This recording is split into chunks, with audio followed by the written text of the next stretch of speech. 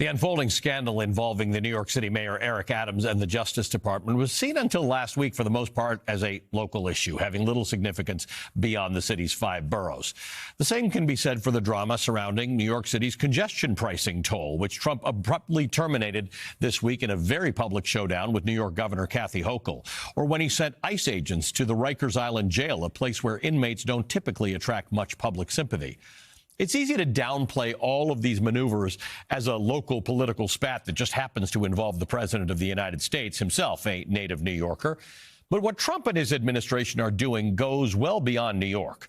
It opens up another front in his war on America's system of checks and balances and the separation of powers between federal, state, and local authorities, targeting the principle of state sovereignty, which is enshrined in the 10th Amendment, which reads, "The powers not delegated to the United States by the Constitution nor prohibited by it to the states are reserved to the states, respectively, or to the people," end quote. Now, for many Americans watching this dramatic showdown between Trump and New York officials, there's a mix of amusement and disbelief. After facing backlash for his fights with New York, in which the New York governor described him as acting like a king, Trump declared on social media, quote, "Long live the king." His administration further trolled the American people by using official White House channels to post a fake magazine cover depicting Trump wearing a crown. The whole thing reads like a joke, except this is real life.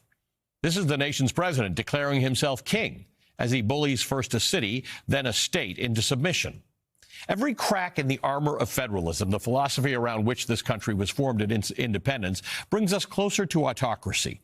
It's not out of the realm of possibility to now imagine the federal government declaring any policy that it doesn't favor to be an emergency that must be solved by the federal government. Perhaps a federal government that doesn't just cut quid pro quo deals with a mayor or override a state governor, but one which deploys federal troops to our cities to crush state opposition and solve whatever it deems to be an emergency. And if you think this is a stretch, I get it.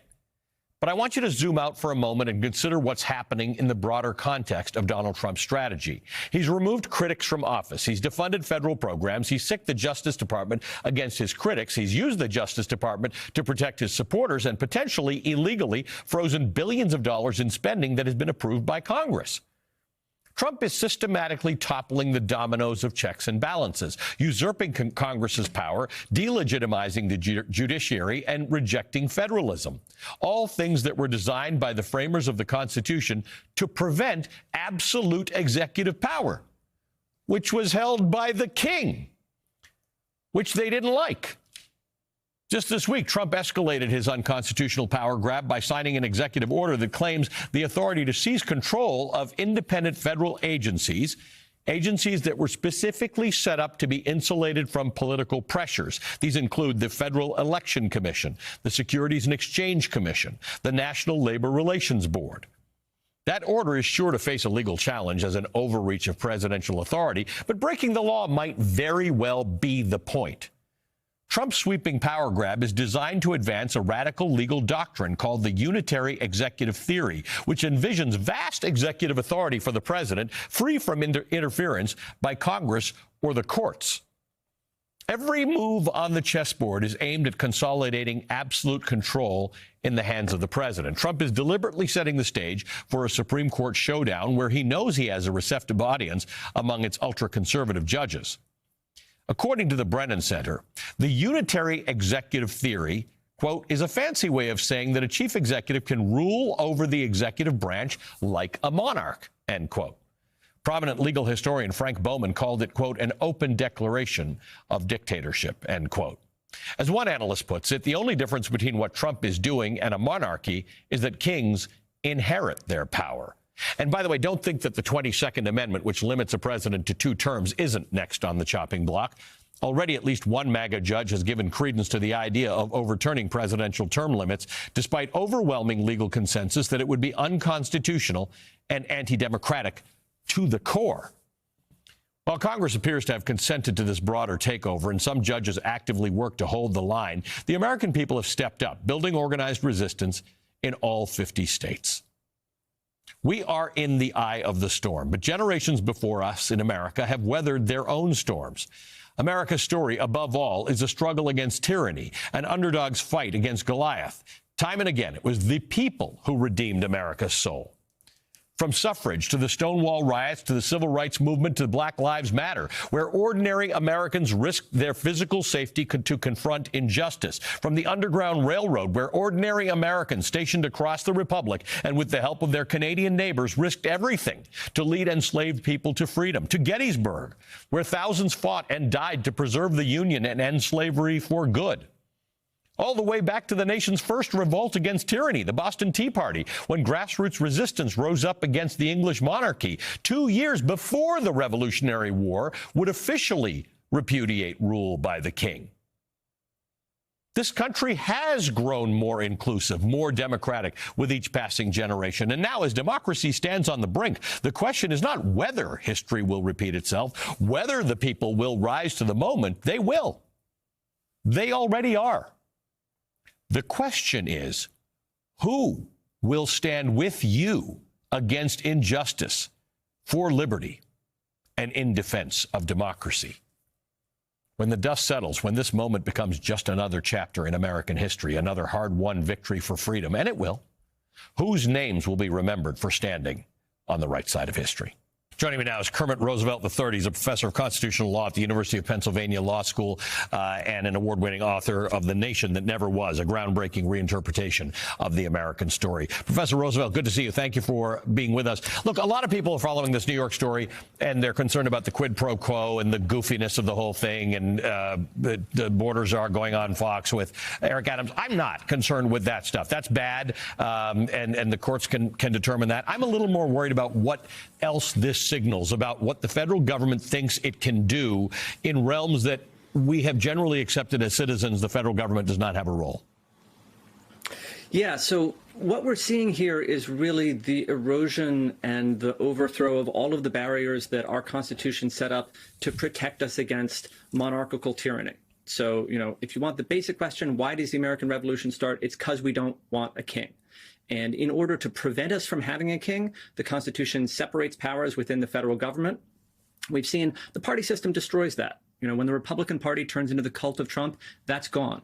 But it also separates powers between the federal government and the states. And the states, in the founders' vision, are really the bulwark of liberty. They're what's going to hold back that threat of tyranny.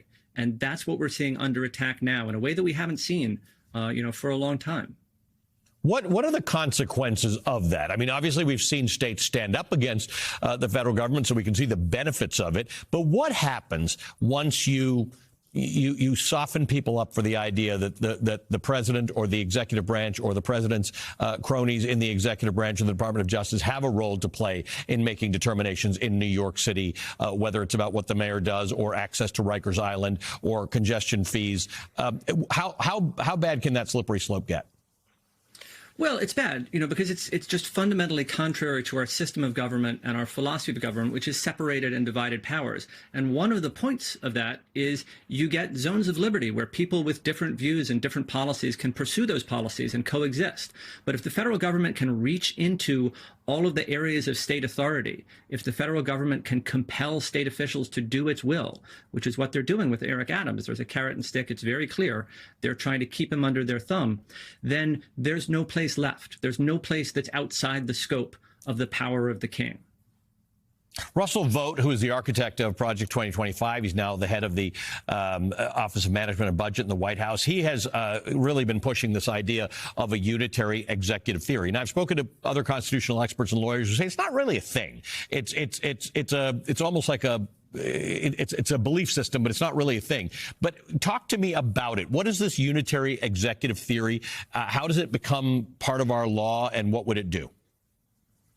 Well, the idea of the unitary executive is really just that the executive branch is one thing, and there's one person in charge, and that's the president. So the president can completely direct the activities of the executive branch, which doesn't sound crazy, if I put it that way, probably, until you realize how much in conflict it is with the system of government that we're used to.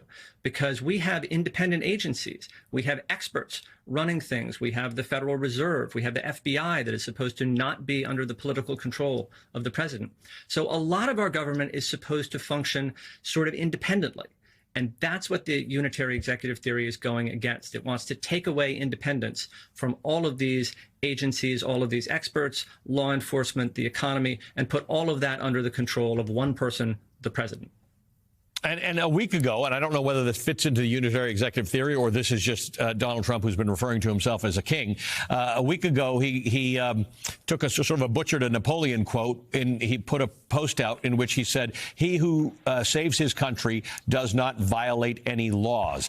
Franco had used a version of that. Mussolini has used a version of that. Hitler has used a version of that. It may be nothing. It may be just nonsensical stuff that Donald Trump posts to get us all to go down a rabbit hole and find out where the quote came from, or it could be something. Well, it's tempting to think that it's nothing. It's tempting to think Trump doesn't really understand the historical resonance of what he's saying. But, it all does keep pointing in the same direction, which is basically absolute power consolidated in one person. And this is the theme that he ran on before. Only I can fix this. I'm the only person who can save you. Give me all of the power. And you won't regret it. And I will run roughshod over all of the barriers that are supposed to protect your individual liberty. And in the end, you'll thank me for it because I'm saving you. But I think people are starting to see that what they're getting is not exactly what they wanted, because we live in the real world and not in Trump's fantasy world. Kermit Roosevelt, good to see you as always. Thank you for joining us. Kermit Roosevelt is a professor of constitutional law at the University of Pennsylvania and an award-winning author of the book, The Nation That Never Was.